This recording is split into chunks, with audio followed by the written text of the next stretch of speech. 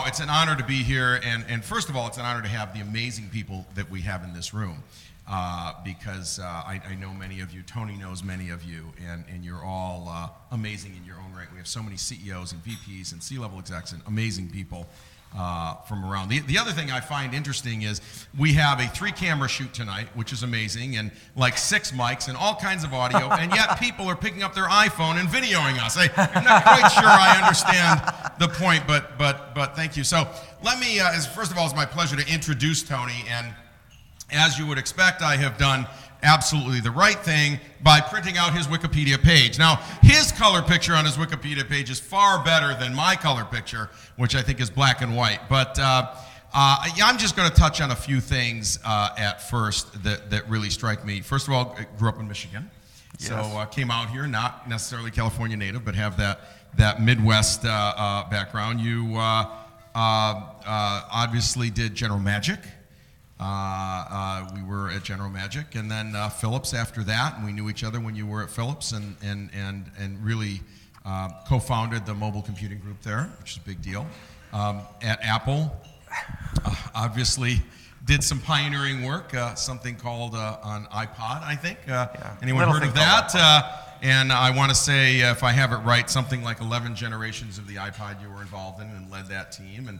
And that led into something called an iPhone. Anyone heard of an iPhone in this room? I just want to make sure that, and you know, these are devices that already, you know, changed almost the space-time continuum, if you want to think of it that way. Unbelievable disruption in markets that we couldn't have thought of. And we know it involved many people, and it involved Steve, and it involved you, and it involved your teams, et cetera. But unbelievable vision around doing that. Nest, you left Apple in the late 2000s to found Nest, and we're going to talk about that. And of course, everyone knows Nest for their thermostat and some other products, smoke alarm, and the camera now as well. We keep one in our bedroom, and he calls me every few days to tell me how things are going in our bedroom. So I give him tips. Yeah. Oh boy, we're done. And quickly, the awards and recognitions: the 2012 Alva Award for the next great serial inventor. In 2012, Vanity Fair Next Establishment List. In 2013, Business Insider Top 75 Designers in Technology. In 2013, Fast Company 100 Most Creative People in the World. In 2013, CNBC Top 50 Disruptors. In 2014, Time Magazine, 100 Most Influential People in the World. And in 2014, CNN Top 10 Thinkers. The last thing I'll say off of this is you mentioned I have 23 or 24 patents. You have, I think, over 300 now. I can't fathom how anyone can participate in generating 300 patents, so I can't wait to hear about that. I think we can't all wait to hear about that, because that's a lot of work. It's a lot of work. Yep. And there's more to come. But a lot of lawyers' fees. And a lot of lawyers' fees. Hopefully you're not maintaining all 300 at once. But the other thing I do want to say, and we'll enter this, because we have known each other for 20 years or so. Many people in this valley, and it's very true, and you will know the many people I'm talking about, attain a certain level of patents, a certain level of notoriety, a certain level of whatever, and they lose that humbleness, and they lose all their friends, and they lose touch with the community, and they're off in a different land. Whatever that is, you call it what you want to do it. And Tony has never been that way. Tony is the most humble gentleman in technology I've ever met, I've ever worked with, I've ever interfaced with. And anyone will tell you in this valley, if they knew Tony 10 years ago, 20 years ago, 30 years ago, whatever it is they call him, he will get back to them, he will help them, and he's there. And there are very few people who do that. That isn't on the Wikipedia page, but that is absolutely true. So thank you. Thank you for being who you are and bringing that side of you. And I think that is part of the Midwest values, maybe. Well, thank you for saying that, but thank you all for coming out. But one of the big reasons is why I do that is, and help others, is because I wouldn't be here today if I didn't get help from the other people in this valley. I started just the lowest guy at the totem pole at General Magic in 1991. I was literally 22 and just came out here. I was the lowest, and everybody helped me to get to where I am today. And so this is just giving back. It's all about giving back and helping each other, because that's what the greatness of Silicon Valley is helping each other. It's not just about the great company or whatever else, because we're all going to go through tons of failure. When you read that list of accomplishments, the first decade, or a little bit longer than that, was just complete, utter failure. It was a ton of work, and it was just failure after failure. They were cool products. They were cool. Nobody bought them, but outstanding. Right? It was just setting it up. We were ahead of our time. Exactly. Yeah, and so, but that's what comes around goes around. And if you help others, they're going to help you, and vice versa. And so that's why, I love having this community, of Silicon Valley community, because we can build amazing stuff if we do it together and help each other. And it's not always about a transaction. It's about a relationship. That's a rare breed, trust me, and it's just great to see you have that mentality. We're going to dive into some questions, and my set of questions. First of all, you all have cards and pens at your table. They're in the middle of the table. So write down questions as you will, as you want, and eventually someone will come and pick those up. You can raise your hand, and they'll come pick them up. Just put the card in the air. And then they'll get them to me, and we'll get to as many as we can. We may not get to all of them. We'll get to whatever we can. My purpose of asking questions tonight is my hope for this audience and this esteemed group here is that you walk away with 1, 2, or 3 things you can use either in your personal life, your business life, or both. That you come away with something.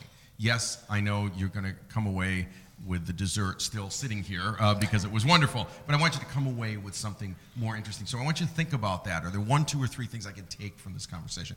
So first of all, I'm going to start a little bit childhood and go back in time a little bit. You were kind of into electronics and computers. And what drove you to technology as a kid, as a teenager and before you were a teenager? What was driving you then, and what made you a little different than the other kids on the street? Well, it didn't start with electronics per se. It started with my grandfather, who took me under his wing, and my brother as well. And we were just, at the age of 3 and 4, painting walls and pounding nails into wood and building things, and then even changing electrical sockets, right? At 4 years old, changing an electrical socket, right? And my mom's like, "What are you doing?" And so just the ability to use your mind and your hands and create stuff, that gift was given to me by him. And that just led me through, discovery, kind of curious about all kinds of different things around me. And then the Apple II came out, right? And you saw it all around, and it was, Time Magazine's, Person of the Year that year, and, all that different stuff. Really dating myself. But that got me thinking, wait a second, here's another thing I'm curious about. So I'm going to go take a summer school class. And in 3rd grade, it was bubble cards, a paper printout. It wasn't even a monitor. And that's what got me hooked. That's where it first started. And then after that, an Apple II, after I caddied at the, some people know this, Country Club of Detroit, to earn the money to get that first computer. But that's where it all started, was first with my grandfather, using my hands, and then leveraging that curiosity to build stuff on a computer. So overall, what was it like growing up in Michigan? Obviously, quite different than what you see in California, raising your kids in California. Well, the thing is, I grew up sometime in Michigan. I went to 12 schools in 15 years. So I moved all around the U.S. And so certain times I would be in Michigan, but other times I was in Texas or New York so I moved around a lot. And that was the other thing about technology, was I couldn't play really sports, right? Because I couldn't be on a team because we were in a city for a year or 2 years. Right. So I kept moving.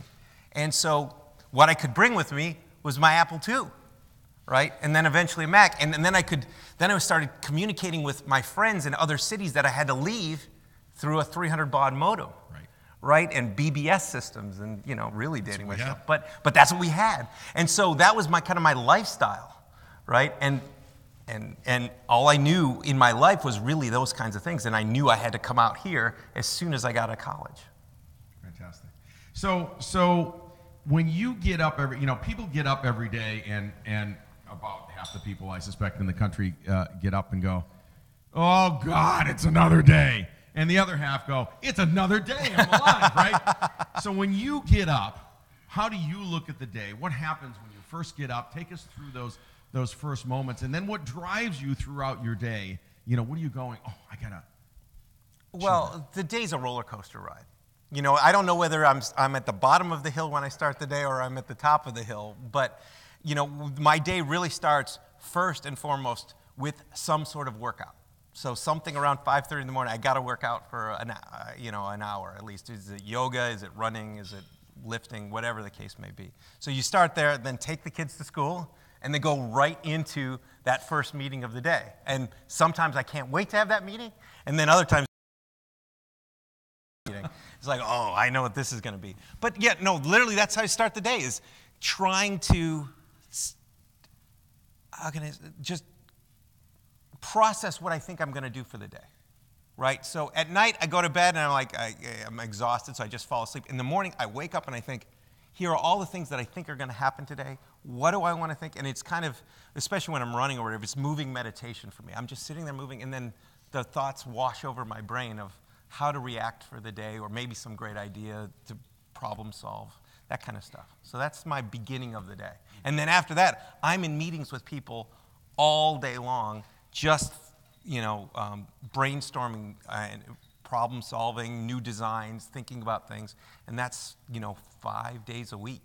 And then at night and on the weekends, I can't stop thinking it. My wife says I'm diseased. You know, I just cannot stop thinking about building stuff and fixing problems. I think most spouses think we're all diseased in this valley because we tend to do that.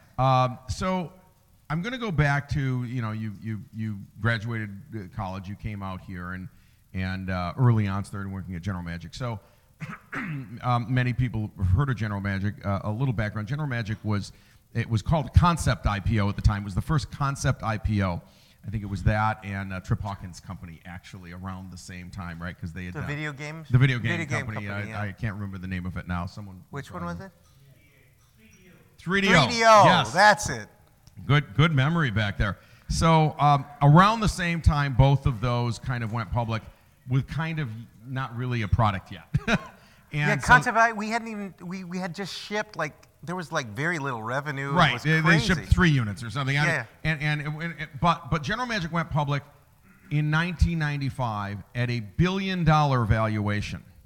This is 1995. So today we talk about $1 billion valuations as, wow, it's a unicorn. That was a unicorn in 95. So that was like $10 billion today. Yeah, crazy numbers, right? And they had every partner in Japan you could have, every partner in the U.S. you could have. It was an amazing company with an amazing 400 or 500 people. And it in the end, it didn't succeed, though it ran another 10 years or so. It raised a lot of money in the IPO to give it. Raised a lot of money to keep it going. But you had a heck of an experience from the beginning. Most of the General Magic people started at Apple and came over, as you know, and then moved on. But I'd love you to tell us a little bit about those early days. You were learning about how to bring consumer products to market, learning how to design computing and handheld products. Just take us through sort of your experience for those 4 or 5 years you were there. Sure. Well, it first started to get to General Magic. And I had a startup company, and I had a couple startup companies in college and also in high school. And I always had this yearning where I always felt like the biggest fish in the very smallest pond. Like I was always trying to learn more, and I couldn't get anything. Even going to the University of Michigan, you just didn't have that kind of practical experience of creating companies and knowing who to call if you had an issue. It was just like you were all alone. And I was like, I have to go and work with people who could actually help me because I'm not getting it at school. Today, now at school, you get a little bit about startups and stuff like that. Back then, there was nothing, absolutely nothing. So I was like, I got to go to a company where I can learn a lot. And where are my heroes? And my heroes were at General Magic because why? They were the team that created the Macintosh, right? I wanted to go work with them. Susan Kerr, Bill Atkinson, Andy Hertzfeld, all of them, and Joanna Hoffman. Yes. Right? And so to be 22 and get in the door at General Magic, it was just like my eyes were wide open. Like, I didn't know what, you knew what kind of software was, but you didn't know how to build software, how to test software, how to design it, right? We didn't have any of those concepts really in college to learn from. So every day I was learning and I had to do, so I was probably working 18 to 20 hour days because you had to learn and do at the same time, right? And you're just trying to keep up, and you have your heroes next to you, right? And I'm trying to impress them, right? Because I begged for a job, and they basically gave me a job at $28,000 a year. I was like, oh, thank you. And I didn't know I was scraping by. It's hard to impress Andy Hertzfeld, actually. Really hard to impress Andy. He wrote right? the core of the Mac operating system at the time. Exactly, and Bill Atkinson, for Bill the matter, Atkinson for did, all yeah. the graphic systems, Yeah. for that and That's the right. Lisa. And so to be around those people every day and learning from that, just so many aspects of startups, not just the product design piece, but what about the marketing, right? The thing that you learn very quickly is you can build anything if given enough time and money, but can you actually sell it, right? Mm-hmm. And there's some hard lessons that we learned at General Magic and beyond about can you actually sell it? And because it was a disaster, I learned a lot about marketing and product design. So what did you learn? What would be 2 or 3 takeaways from that experience? Company went public, some people made money, a whole bunch of stuff happened, but in the end, the company went through another metamorphosis and did Portico and My Talk and Magic Talk and all that. But all of those devices kind of faded out and died. And so what did you learn from that? What would you learn from that you took forward to later success? The first thing was stick to your milestones and do not have a project that takes more than a year or a year and a half to do. Because you cannot keep the team together longer. I look at these civic works projects like building bridges and stuff, and it takes 10 or 15 years. The team's turned over 3 or 4 times, like since it was begun. Like in these kinds of designs that we do, if you go more than a year and a half, people are like, it's taking too long, especially in this internet age. Like, it's hard for me to even convince people that we should spend a year building something now. Like before, 5-year project, we're going to build a whole new operating system. That was like norm. Now it's like good luck if you can get more than 3 months out of people to be dedicated to shipping something. So, if you want to do something great, it takes more than 3 months. And so one thing is make sure you have a really good time schedule and that you stick to it and you ship. And you know what your milestones are. And the team knows what your milestones are. So one thing was, it turned out to be, I was joined and it was like, oh, we're going to ship in 1 year. Then after the year, oh, we're going to ship in another year. And then it was another year, and then it all devolved from there. It was a 5-year project, and it just kept getting bigger and bigger. And we just said, oh, we forgot this piece. We got to add this. We got to forget. And it's like, no, you got to ship. Great artists ship. Even if they're not perfect, you got to ship. And because that's where you're going to get the learnings. And we wouldn't have been a big a failure if we wouldn't have taken so long to get it out. So that was one big thing. The other one is really understand what you're trying to build and how are you going to market it before or while you're designing it. So when you design that feature, what is the tagline? Because you could have a list of features, but when you communicate to consumers or even business owners, you can only tell them about 3 or 4 things. And you better understand what those 3 or 4 things are, and that's all you need to focus on. All the other stuff, no one's going to ever be able to get around to selling it. General Magic, the General Magic device had everything in it, right? It had mobile email, it had downloadable games and shopping and all kinds of different stuff. This was in 1994, right? We all understand what it is now, but then it took 4 hours to explain to people. They're like, wow, that's really cool. I don't know if I need that. And because it was 1994, there was one major thing missing that was coming in 1995. Exactly. Called the internet. Literally, and it worked on a proprietary network with AT&T, with Telescript, and so when they finally launched the product, Netscape went public at about the same time, and they didn't talk to each other, and that was a major mistake. It was, literally. So we were the biggest concept IPO in the, there was 3DO, then us. And then the very next concept IPO after that? Netscape. That's right. And we just went, no revenue. Netscape took off. We just got buried. Yeah. Turns out internet was a pretty good bet. Yeah, it was a pretty good bet. Everybody thought it was crazy. But even Bill Gates thought it was crazy back then. Yeah, well, eventually he caught on and said, we better play. Took a while. So you got some learning out of General Magic. You then went on to Philips. And tell us a little bit about what you did there and what you learned from doing that. Big company, right? Big company. Run overseas. Well, actually, so just back then, it was 375,000 people at Philips when I joined. And so how did I join? How did this all happen? Philips was actually a licensee of the General Magic technology. And I had been working with those teams to help build chips and possibly devices and all kinds of other things with Philips. General Magic was getting to be an utter failure, and I saw it already. We shipped the device, and it was like no one even cared. And I was like, oh my God, we got to design some other device. So I started designing a device I thought that was the right thing before, because I was hearing things. So I was designing this stuff. And I show it to Andy and Bill and Joanna. And go, look at this thing. This is what I think we need to build. And they're like, that's really nice, but that's not what we're going to do right now. That's not, we got to do this other thing. And I'm like, but I'm telling you, this is the thing. So they didn't want to do it, and my heart just went, oh, we're going to fail.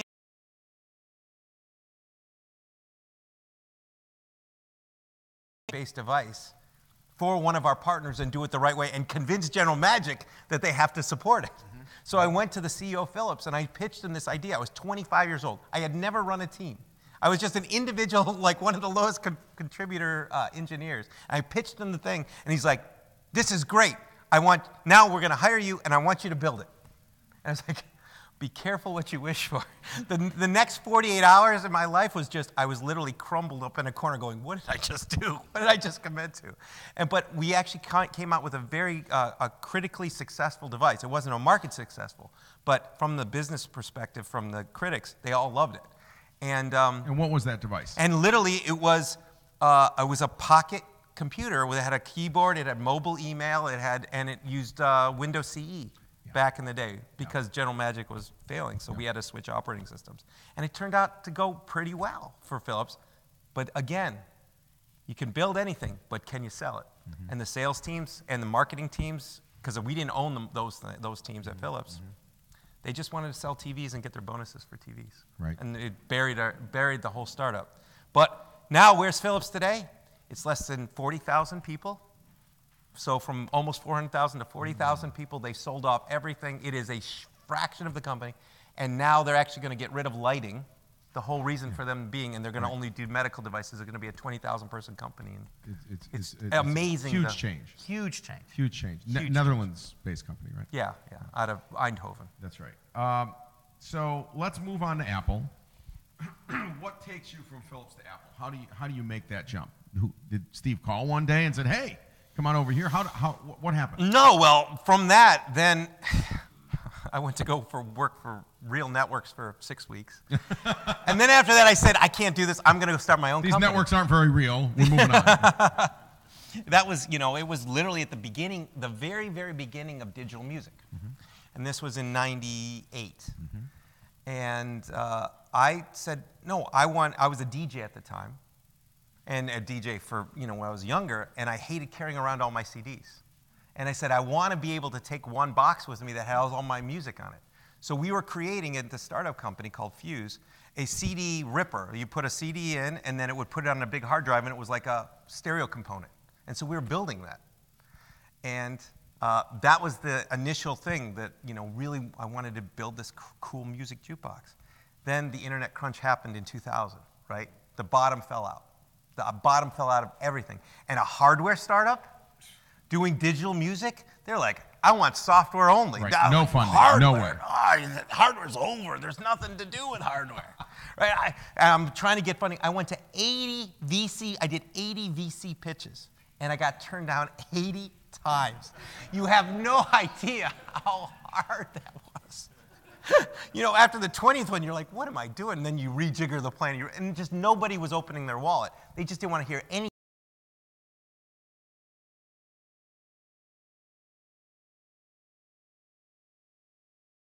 Because I had a lunch with somebody. I got a phone call from Apple saying, hey, come on in. We want to talk to you. And I was like, oh, they want a PDA. And what it turned out to be is we have iTunes. We're making mixed CDs, and these MP3 players that are out there are really bad. We think there's a way to make an Apple version of it. And they said, come on as a consultant for 8 weeks, see what you can design, and then we'll see if we like it. And that was the whole thing that happened. So. And 8 weeks turned into? 8 weeks turned into 10 years and 18 generations of iPods and 3 generations of iPhones, and Absolute craziness. Unbelievable. And at that moment in time, so when you go to launch the iPod, this is a moment in time when Apple is not quite failing, but edge-of-failing company, a challenged company at the moment in time. You'd be crazy. I was like, what am I doing? The company had $500 million of debt, $250 million in a bank, and less than 1% U.S. market share. Right. Less than 1% U.S. It wasn't even being sold anywhere. It wasn't even being sold in other countries. Nothing left. Nothing left. Nothing left.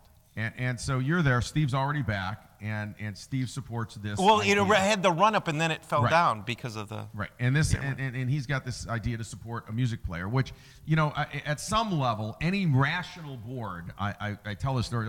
Any rational board, and many of you are on boards, would say, okay, your company's about to die. You have tons of debt. You have no market share in anything, and you're going to come out with a what? The 50th MP3 player in the world? Are you? Any rational board would have fired the CEO.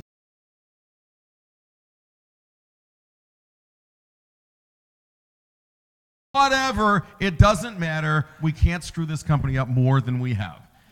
It was a very unique time where a CEO could actually get away with doing something absolutely ludicrous by most board standards.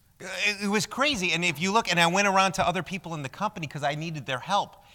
And now Jeff Williams, who's the COO of Apple, he was in one of the very first meetings I was in, and I didn't know who he was. I didn't know he was kind of like one of the biggest operations guys there. And I just turned to him and I'm like, I'm going to need you to do this.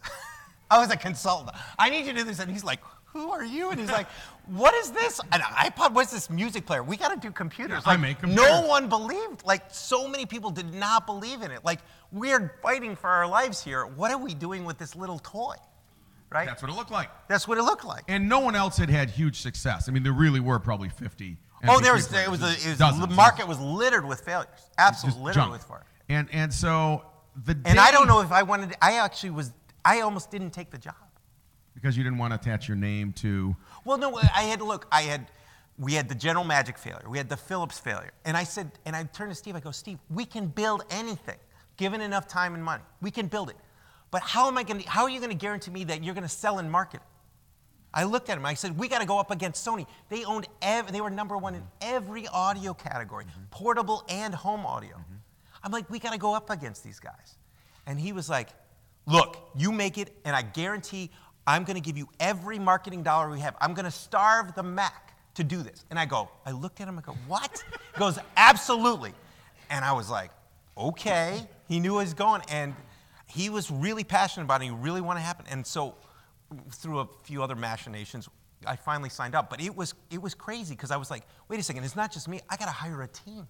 I got to bring people in. I got to convince them to come to this dying company that Michael Dell said, let's shut down and give the money back to the shareholders. Please save America from this thing. Kill it. And most of the other part of the company didn't believe in it.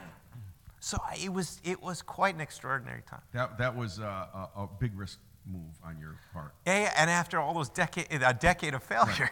Well, it's so how did you feel? We're learning so much. This is wonderful. How did you feel, the week of launch? It's about to launch, whatever day it's going to launch on. Like, do you get up that morning and go, oh boy, I hope these things sell? I mean, you don't know. Well, it was interesting because I've been on the stand before because of lawsuits for trials for the iPod because we infringed because it was so successful everyone sues you. That's what always happens. If you're successful, you will get sued. It's a badge of honor. So I'm on the stand and this attorney comes up and he goes, you knew it was going to be successful. You absolutely knew this thing was going to be successful because he wanted to win a big $100 million award. I'm like, no, I did not know it was going to be successful. You must have had something. I said, look, dude, after a decade of failures, I was hoping it would be successful, but I was tempered. I understood. I've seen so much failure. I had no idea. I was hoping. And that's what it is after you've had that much. Because at General Magic, we all inhaled our own exhaust. All the press said we were going to take down Microsoft. It was... Well, General Magic played a little bit of the Google Play, which is we've got this great operating system and a hardware design. Everyone can license it. And they license to the entire world. So, of course, how could you not be successful? Turns out, wrong place, wrong time, hardware wasn't fast enough, UI wasn't good enough, no internet, everything But being a kid, and being in the 20s, I believe that. Right. So you Everybody knew drank it the was Kool-Aid. going to be successful Drank because the everyone Kool-Aid. said it was going to be successful, right? And then this iPod thing, I'm like, I'm not reading anything. I don't want to listen to anything. I'm going to hope I'm going to just do a good job, but that's it. I'm going to hope it's going to So be successful. iPod launches. When do you finally wake up? Is it a day, 2 days, a week, a month when you go, uh-oh, this is really a success. Like, we have a winner here. It took 2.5 years. Really? The first quarter was awesome. Every Mac owner bought one. There weren't that many Mac owners. And then death. It was like flatline for quarter after quarter after quarter. And this is where the arm wrestle happened with Steve. It was like, I had this Skunkworks team building a compatible, making it compatible with the PC.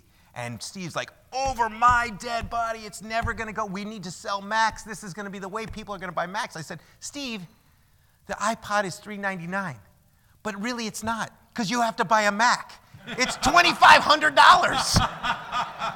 It's an expensive piece of It's music. an expense. I'm like, Steve, we got to give people a taste. And so we had this knockdown, drag-out fight with all kinds of other people. It wasn't just me and him, Now but a bunch explain the of knockdown, drag-out fight. Take us to that moment. them. The audience wants to know. So here's what happened. So we're all sitting around, and we're going to say, look, Steve, we need to get this on the PC. That's where the biggest set of people, even Bill Gates goes, what do you mean it's not compatible with a PC? Now, who said it first? Because I'm thinking if I'm in the room going, hey, Steve, I got an idea. Let's put it on the PC. I'm thinking there's a frying pan flying across the room, right? The way this normally works is you have a little pre-meeting before the meeting with Steve, and we all kind of go, okay, I'm going to say this, you're going to say this, you're going to say it. And then sometimes it worked, and other times people got scared and they just shut up and they're like, you take the first step, and everyone else would be like shutting up like, where, you guys are leaving me, right? So this time though, I think it was Phil Schiller at the time, he's like, we got to get this on the PC. And I'm like, yeah, we got a team working on it, blah, blah, blah, blah. And then we were like, just, and this was like the fourth time we brought it up because he didn't want to hear about it. And then finally, because it was enough quarters of nothing really happening, again, critical success, but not business success, he finally just said, and he goes, okay, but under one condition, and one condition only, we're going to put it in front of Mossberg, Walt Mossberg. And if Mossberg says it's good enough to ship, then we'll ship it. Because he wanted to divorce himself from having to make the decision. And so Walt goes, it's not bad. I'd ship it. And that is what happened. And that's how we actually shipped on the PC. And then... And what happened to sales after you shipped on the PC? Straight up. Straight up. You And have then, the 99% of and the then market. what happened was then Mac sales started taking off because people got a taste of the Apple DNA. But they were like, wait a second. If this is good on a PC, it should be great on a Mac. So let's go give a Mac a try. And that was the drug, the gateway drug to And pull where did- everybody over to the other And where ecosystem. did iTunes enter in? Because it obviously controversial for a computer company to go do all these deals with the music company, Sony, et cetera, with all the music labels, get it onto iTunes, and then have the other crazy thing. If everyone remembers, music was free at that point. You'd get it from Napster or wherever. It was lousy and it was you could steal it. Yeah. badly ripped, but it was free to a lot of people who had MP3 players. And this whole idea of we're going to charge 99 cents a song had some brilliance because it was under $1 and people would probably pay knowing it was good. It turns out that ended up being Convenience. People will pay for convenience. people pay convenience trumped all. So where did iTunes enter into this, both on Mac and PC, so that it all worked together? Well, at the beginning, right, the reason why the iPod was needed. Now, everyone thinks there's, in revisionist history, everybody looks back. There was a grand master plan at Apple to do this. There was no grand master plan. Like, we were living by the quarter.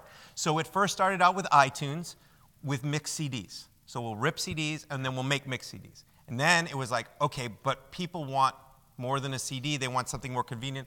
Then it was the iPod. And then after that, it was like, wait a second, people are ripping CDs and putting them on. There's got to be a better way. And so that was the digital downloads and iTunes Music Store that then happened, and then moving it to the PC. So it was this continuum of hit a wall, fix it, hit a wall, fix it, and that's how it all came together. Fascinating story. So in the midst of that, somewhere along the line, you do a really improved iPod, the iPod Touch, which has a real OS on it. One could argue. Right? Well, we did the iPhone first, then the iPod I didn't realize Touch. it was iPhone, then iPod Touch. Yeah, it was Okay, iPhone first. Came up. Okay, so you somewhere along the line you decide we can take this concept, build much more of an OS, add communication, and we're going to have a phone. Now, at that Wasn't that easy? No. At that moment in time, a computer company who would build a phone is unheard of. Not even, the phone is for Nokia and Ericsson and, a few other people. Right. Nobody would, because it's so hard, nobody would try to do it. So can you take us a little bit through that thinking of how you get from, we're making a music player to, I know, we'll make a phone. So we had the music player, and it was doing video and audio, right? Music and video and photos. We had iTunes. And then what has happened was feature phones came out, feature cell phones came out, and they started to play MP3s, right? And we were like, this is a holy shit moment. Like, they could steal everything. These phones could steal everything away from us. So we're like, what are we going to do to counter this? So the first one was, let's do a deal with Motorola called the Rocker. I remember that. Right? And to put music on the phone and see if we can get iTunes to go and then, kind of hold those guys at bay. And it was a disaster, a complete disaster. And we all said, we're going to have to build our own. Why a disaster? It was a disaster because Motorola, everybody in this feature phone world was just, let's crank out as many phones as we can a year. Like Samsung was literally had a different model of mobile phone every day they were cranking out. For each carrier had its own set of rules, and everybody was making what the carrier wanted. Because it wasn't about the consumer, it's what the carrier was going to buy. And so the Rocker was just poorly designed. And we were like, there's no way we're going to work with people to get them to have the right experience through these phones. So we're like, what can we do?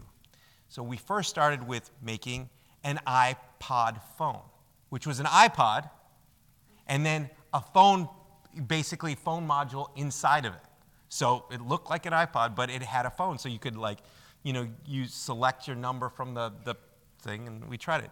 But at the end of the day, if you wanted to dial a phone number, it was like going back to an analog rotary dial. It's like, this sucks. And we're like, and we knew 3 months in this wasn't going to work. And we're like, Steve, it's not going to work. He's like, keep trying. I'm like, Steve, it isn't going to work. Look, I don't know how to do it. Like, we tried we tried probably for 7-8 months to get that thing to fly. Couldn't get it to fly. Rotary dial, not going to happen. No, we tried everything in the book, and then we just added more buttons, and it just became this gangly thing. So that was the iPod phone. Then at the same time, we were trying to build a touchscreen Mac, in the back room. And what was going on is, and Steve's like, and we were also trying to do better video on an iPod because we had a little screen, but people were liking to watch videos on their iPod. So we were like, how can we get a really big screen but not have all the click wheel anymore? So we're like, wait a second. We need something that is a virtual interface on top of video. We want to make this touch Mac, and we can't make an iPod phone, but we know we need to make a phone. So Steve's like, come over here. And I didn't know this was going on, but he showed me a ping pong table that was the first multi-touch screen. It was a ping pong sized table, and it had a projector of a Mac on top of it, and then you could interact with, and I was like, and he's like, okay, we're going to put that in an iPod. I was like, Steve, it's the size of a ping pong. He's like, figure it out. So, the size of a ping pong table. And it was. And I said, okay. I said, Steve, what we're going to have to do is we'll build a phone, but we're also going to have to build a touchscreen company at the same time. Mm-hmm. And that's exactly what we did, much to the chagrin of some people at Synaptics in the audience tonight. But so we actually created a touchscreen company to build the multi-touch display. And so the multi-touch display came together. We had a bigger thing, and then we needed better operating system. We brought a bunch of the pieces of the Mac, a bunch of the pieces of the iPod bolted together, and lo and behold, there was the iPod. But that was the first version. Then we threw that one away. Then we made the second version of the iPhone, and that was the one that shipped. So it took 2.5 to 3 years, depending on how you counted, from the time we said we were going to do a phone to the time we actually shipped it. Now, like I told you, like 3 months is what people want to stay. Good luck trying 2.5 years to 3 years, keeping everybody together at such intensity. Well, and the hard thing, of course, you had to go out and hire RF experts and all of that. Yeah, we had to hire a whole set of team. Very hard. And most of them were like, you guys don't do phones. Why are you going to do this? And people have said to me, like, look, why don't you just go buy a cell phone company, a division of some cell phone company, and just use them to help you build the phone? And I was like, we are not making a cell phone with a little bit of music technology. We're building a computer with a little bit of cell phone technology. Mm-hmm. So we got to start with a computer team, a handheld computer team, and then we'll add a little bit of the cellular piece into it, not the other way around, which was the way all the cell phone companies were trying to do it, which is the actually wrong way. So that's right. So the iPhone launches. We'll take you through this launch, and I'm sure you're wondering, is anyone going to buy a phone from Apple? I mean, you got to be like, are they going to buy a phone from Apple? When do you finally, because that was a very big secret until it launched, when did you finally realize that was a success? Like a runaway success, like it changed the world success? The second generation iPhone. Okay. The first one was a lot of learning. We had the wrong business model with the carriers. We didn't have apps yet. It was our first learning device, right? In terms of learning all kinds of mistakes. The second one, boom, and it just took off because the carriers could subsidize it, had the right model. We had enough of carriers. We had apps, and that one was a much easier one to predict, just because it was so powerful. And the thing is, a lot of times back in 2005, 6, 7, BlackBerries were already out, right? People were using BlackBerries, so you could see that. At Apple, we didn't use BlackBerries even. We didn't have any mobile stuff. But as soon as we had the iPhone, you could see the entire company transform overnight, that everyone was using it, right? Very, very different. And that was like, everybody, they can't put them down. And we're like, invest more, invest more, invest more, do whatever it takes. So even Steve saw that, and once he saw it, he goes, this is. Oh yeah, we all saw it. Everybody wants it. Everybody. So eventually you leave, and you wait a little bit, and you start Nest. So tell us about that. Well, my wife and I, when our 2 young kids, we took a year off and we traveled around the world with them because my wife also worked for Steve, and so we just wanted to spend time with them. So we lived in these houses for 2 months or 3 months around the world, and we were also building a house in Tahoe at the same time. And this is where it was like I was encountering certain problems. I wanted to make a green and connected house. So we were speccing everything, designing everything for this green and connected house. Because I thought the world was going to change when the interface to the world was in your hand at all times, this smartphone, right?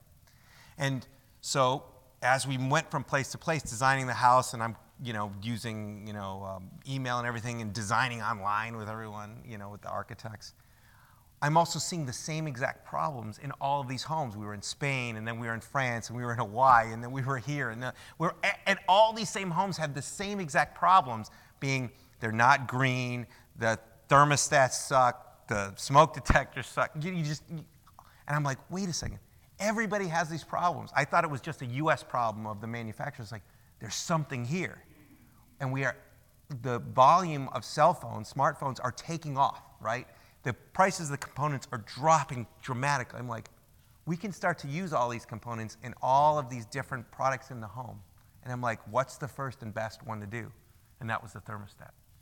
And that's where it hit me, because I needed it to be able to, I had been spending 10 years before trying to just be able to control my thermostat in our house in Lake Tahoe. And I bought all these different things. I probably spent $5,000 cobbling together different systems, and they never worked. And I was finally like, I'm going to just make one for me, because I couldn't even, for this house we were designing, I couldn't get one. It's like, I need one. I need it to be green. It should turn off when I'm not home. It should be able to learn my preferences and everything. And that's what happened. It was it was need. It seemed like an easy thing. It turned out to be a lot harder than you thought to make a beautifully designed thermostat that works for everybody, plugs in, easy. Yeah. Way harder, because actually to get it to connect to 50-year-old furnaces. So one was getting the thermostat to talk to all this old equipment. Mm-hmm. There's no standards. There's not like a USB port. It's like ancient, and no one's ever refreshed. Don't touch it, right. And then to have it then talk to the internet and all the phones and the app and all these different things, and to make it low power so you didn't have to actually run a wire to it, a power wire to it. All of these things were really, really difficult problems. And, I'm glad we committed and threw ourselves, the whole team threw ourselves at fixing these problems. But if I would have known then what I knew after it was done, I was like, I would have probably never done it. Don't choose thermostat. Yeah. And then I said the same thing actually again with the smoke detector. You have no idea how hard those are to make too, because those are actually regulated. So each time, ignorance is bliss. So luckily I didn't know enough about these markets, but we got in and ta-da, people need them. What did you take away, what would you share with the audience from the Nest experience, at least so far? You're still doing that work, but so far you've had some great product successes. Obviously the company was acquired by Google at a pretty good up round. And didn't suck. Didn't suck. And so what do you take away from that? What did you learn? You were now doing, what do you learn from that? Was it that great design will always sell? Was it that there's pain points that we can solve? What's the 1 or 2 point takeaway? That even the most unloved, most ignored, most despised thing in the world, you could actually reinvent it and make people love it. Make people love it. You can change the way people think about something by putting all the love and passion into something, not just in the product, but also in the marketing and everything else. And you can make people, and this is what I learned from Steve, is if you believe in it and you put your heart and soul in it and you can sell that thing because you know every single bit of it, there are people that will resonate with, because you're solving problems not just for yourself, but for a lot of other people who see the same stuff. And if you do that, you will be rewarded. You take those risks, you take that unloved thing and reinvent it, people will come, and other people will follow those people, and it will build a movement if it's done right. But it's got to be done right. So, quick question. This isn't on the list, but I'll ask it. What is it? And I know we've got some questions we're collecting, so let's make sure we get those real quickly. Were there other people interested in buying the company at the time you ended up choosing your acquirer? Yeah, there were other people interested in buying, but also a lot of funders who wanted us to just keep going independently. Right, so you had to make that choice. Yeah, it was also designed that way. I designed it so that we were running both tracks. Right. Because you always want leverage in a negotiation, right? And you had it, yeah. And we were running both, and it was like we had every option available to us. That's and right. I wanted to make sure we made the right choice. And at that time, you had how many people in the company by then? 190. A couple 180, yeah. That's great. I know we can't talk about very specific projects that you're working at in the current large company that you work for, but we had a quick conversation over here because I was at TED last week. You're normally at TED, but it was President's Week, so you're off with the kids. And one of the big things that was shown at TED from several companies was VR and AR. It's a very big, virtual reality, augmented reality is, and the technology is coming along like this. We had a little talk about content. The content, not so much. A lot of work to do there. What is your vision of where that goes? Aside from what you're working on sometimes in your current company, what's your vision of VR and AR and how that's going to play out? Well, truth be told, I started doing VR in '89 at the University of Michigan. I went to the very first Cyberposium in San Francisco with Jaron Lanier in '89 up on Fort Mason. So I had seen, just like General Magic, I have seen the wave of hype around VR twice already in my lifetime. So to see this other one again in AR and VR, we're just at the cusp now. I think we're at the early Apple II days, or maybe the early General Magic days. The iPod still 10 years too soon, or the iPhone 10 years too soon. I think it's going to happen, but there are so many tools and there's so many technologies, so many things that still need to get built. We still have to understand what we're trying to do. There's compelling use cases, without a doubt. I've seen compelling use cases for both AR and VR, both in industry, in commercial activities, in medical. Seen a lot of that. I've seen a lot of consumer stuff. But I think we're still at the very, very earliest days. Everyone will want to tell you otherwise, but we see the prices of what's going on with Oculus today. I don't think there's a problem. But everybody thinks all of a sudden that we're going, it was like when the iPhone came out and was $700, right? Well, certain people could use it, but a lot of people couldn't get access to it. Now it's all of a sudden, it's 8 years later. Now everyone can have one. So I think we're in those kinds of stages with VR today and AR, and it's going to continue. There's so many things that we need to learn. So for me to actually tell you what I think, how it's going to look, I don't know. I really don't. But I do see that there are tangible applications for it. I just don't think the way we think of them today, it's going to be always just all these fun and games kinds of things. I think there's going to be real work that is going to be accomplished with this. Like I said, in medical or manufacturing, construction, those kinds of things that may rule the day more so than the consumer applications at the beginning, which is kind of different than the way people are thinking about it now. We are picking up those cards, so last chance to get the cards to her, and she's going to bring those to me. You've worked for many different bosses, two big ones, Steve, Larry, two very different types of people. How would you describe each of their management styles?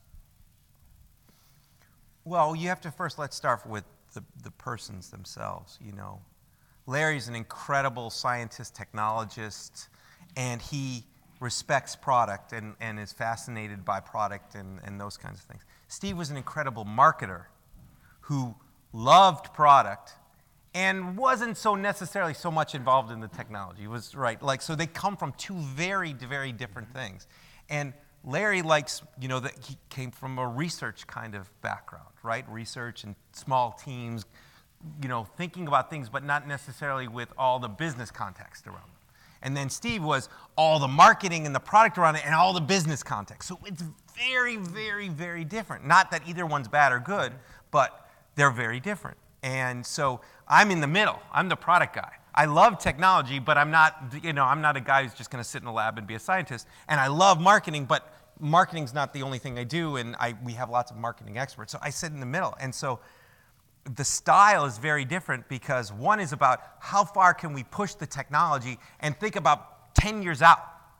And the other one was what was just the two things we needed to do and market it exactly right to get it out the door for a really great business. So it's very, very different in ways of thinking and approaching a problem. So the latest Steve movie, some controversy. Some people say that's not him at all, and other people say, yeah, that's kind of him. And it may win some Academy Awards. What are your thoughts? I didn't see the movie. I won't see the movie. I lived it. I don't need to watch it, whether it was right or wrong. Steve, he was an amazing guy. He was a human. He had amazing talents, and he had also drawbacks. But I would never change my working for him, or I want to change my history at all. I don't regret it in any way.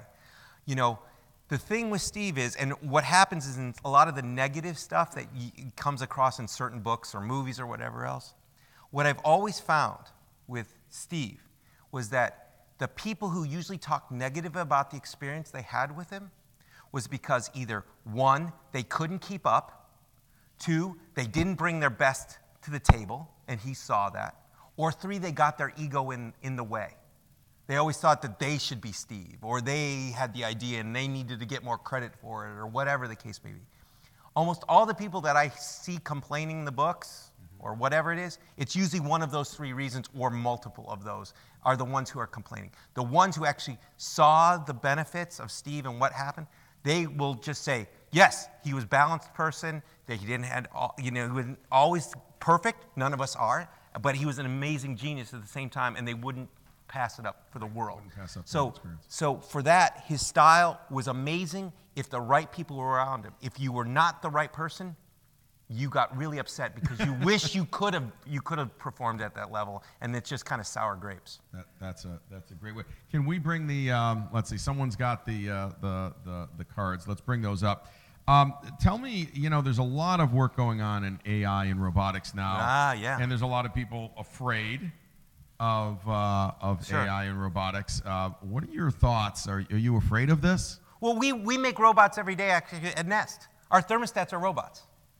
They just don't, everyone thinks of robots being the humanoid-looking thing and, Boston Dynamics, which are fascinating, they're wonderful, and they're really cool when science fiction comes alive.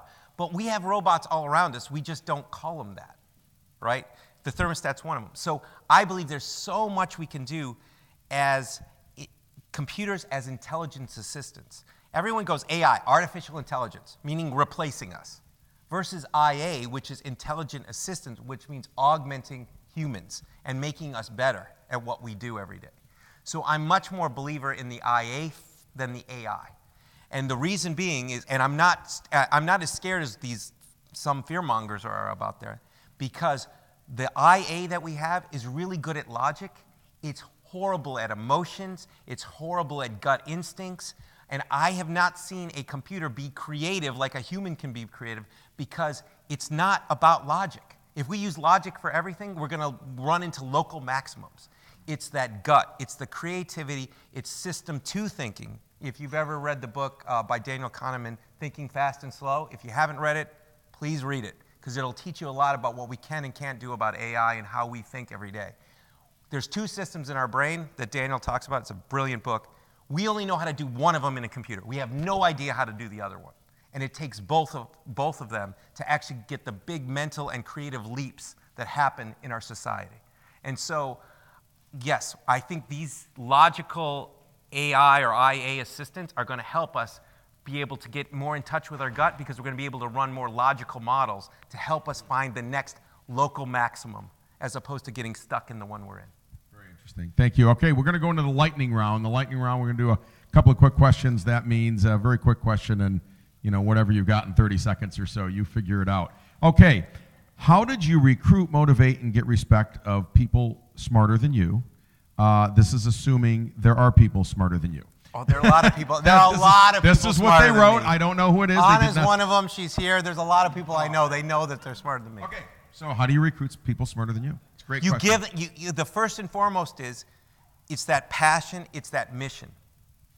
Is being able to tap into that and communicate it to people, whether they're a marketer or a technologist or customer support person or whatever they may be, manufacturing person. It's making sure they understand the mission and saying you're going to do something that's bigger than yourself, and we're going to do it together. And here's the reason why. It's not about the latest game or social network. It's we're going to save energy. We're going to turn things around in a home through these kinds of things, and you sell them based on that.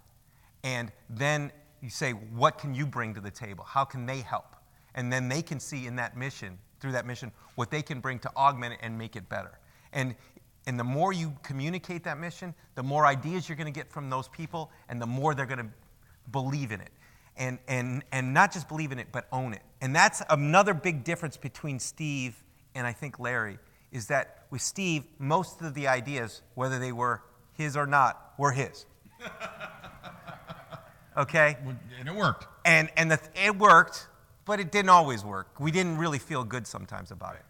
The big thing is when you give somebody a mission and they have an idea, call it out and say, that's an amazing idea. That's awesome. We got to do that. And the more you make people own that mission, not just they just assume the mission from someone else, but they own it, the more you're going to get out of people every day. It's fantastic. Thank you. That was a great answer. What's the greatest lesson you learned from the biggest failure?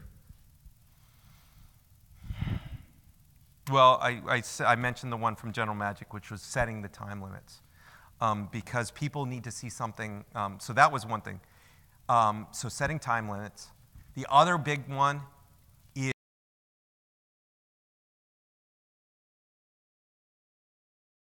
milestone where hopefully you ship it, or you've learned so much that you know why you're going to kill it, but you're going to continue a new direction off of it. At Philips, 1 out of 10 products that was in design ever made it to market. So can you imagine what the teams were like when they were getting assigned to a new project, but they know basically 90% of the time that project's going to get killed? No one really was passionate about it. No one was into it. But at Apple, 99% of everything that was started would ship. Now, in the iPhone case, like it took two and a half kind of versions to finally ship it, but you knew it was going to ship. And so that's a very, very different thing in your culture. If people know it's going to ship, and then they will invest in it. If you have a culture where you're going to just kill stuff all the time, you're going to not get the best out of your people, and the best people are going to walk out. Fantastic. With more and more connected devices, especially yours, how are you innovating around security? I don't want people watching my camera, even if they watch Kevin's camera. How are we innovating around security? Well, one is obviously designing it in. So using all kinds of new hardware techniques, software techniques, all those kinds of things.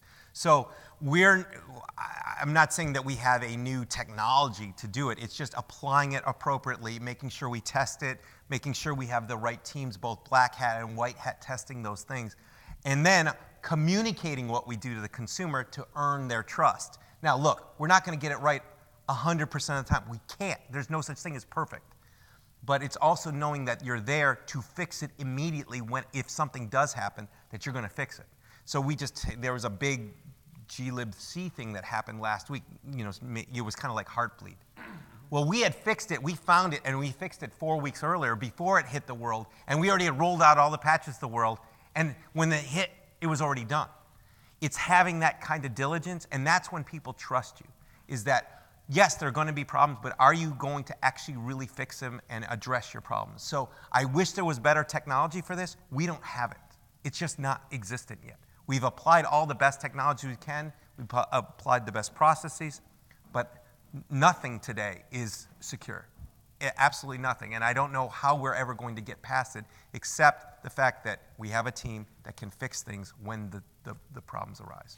Is it true that when you worked at the Country Club of Detroit, that the caddy master, Dennis, I don't know how someone knows this, told you couldn't hit or find a golf ball to save your life, and he suggested you enter the Foreign Service? Now, Mr. Wims, thank you very much.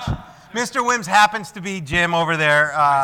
We went to the same high school, and we worked at the same country club, but he was actually the tennis instructor, and I was a caddy. I was much more lower on the totem pole. But yes, I couldn't hit a ball to save my life.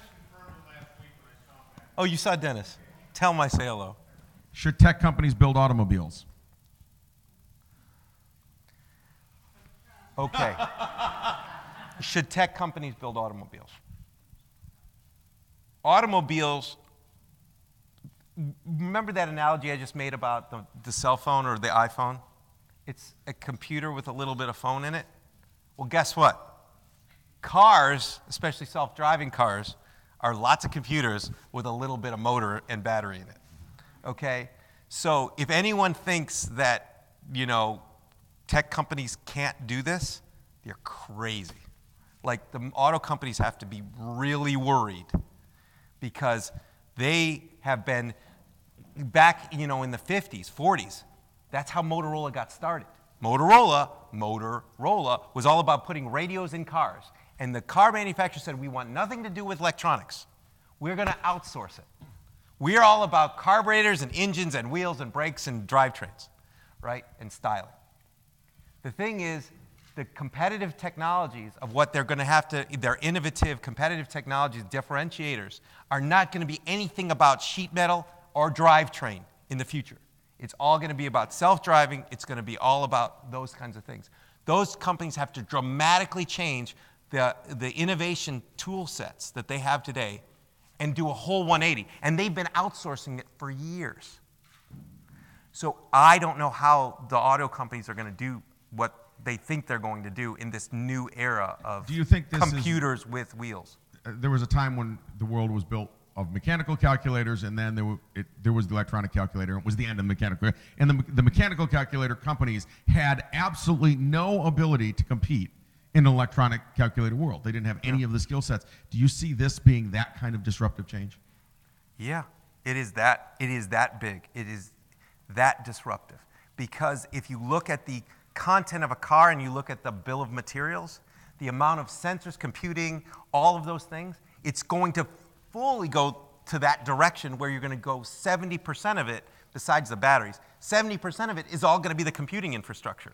And the other stuff's going to be the mechanical stuff, where it was the other way before, right? And so I was just with the Ford board and I was asking them the same questions, and what are they going to do? Obviously, they're not going to tell me, but this, Well, you could see the fear in their eyes, like, oh boy, But yeah, should tech companies make some cars? Yeah, they should. Interesting. Yeah, Last question. This has been an amazing evening. And I'm from Detroit, so look, I hope the car companies come out, but I've seen Detroit go up and down. Like, I'm hopeful because Detroit's on its trying to come back up. I hope some of them are going to make the change. And look, if you don't know these stats, 92% of the time your car sits idle. And if we really get to driverless vehicles, it's quite possible we're in a world where we don't own cars. Exactly, it's a service. And only 8% of cars that are being made today need to be made. And that really fundamentally changes the whole dynamic of the auto industry, which has got to be spooky if you're on the Ford board. Last question for the night. So what leadership lessons, bringing on teams, leading those teams and leading them to terrific products, would you leave with this audience so that they can walk away with something for sure at the end of the evening? Well, I talked about the one about mission and getting people on the team, but that's not just getting people on the team, but keeping them engaged and moving ahead all the time. I think the other one is, I'm from the old school style of leadership, which is lead by doing, be involved. A lot of times people are like, oh, now it's got to be hands off. Let the team figure it out. I think that even though that seems appealing, that most of the younger people who really want to learn, they want to learn. They want to be mentored. And so you need to be there to mentor them and show them to go through these things. They can't just be learning it by themselves. They need leadership. They need mentoring. And so the one thing that I always try to do is bring a lot of young people onto the team, but also invest in them. Now, some of them walk out the door and they don't have a lot of it's a little different now because of the Tinder generation. Commitment is a whole different idea. But there are a lot of people actually from foreign countries, from others that think that way. They're just happy to be there, and they want to be mentored. They want to learn, and those are the ones that we will invest in, and we give them a lot of leadership courses. We give them mentoring. We have them part of the design things.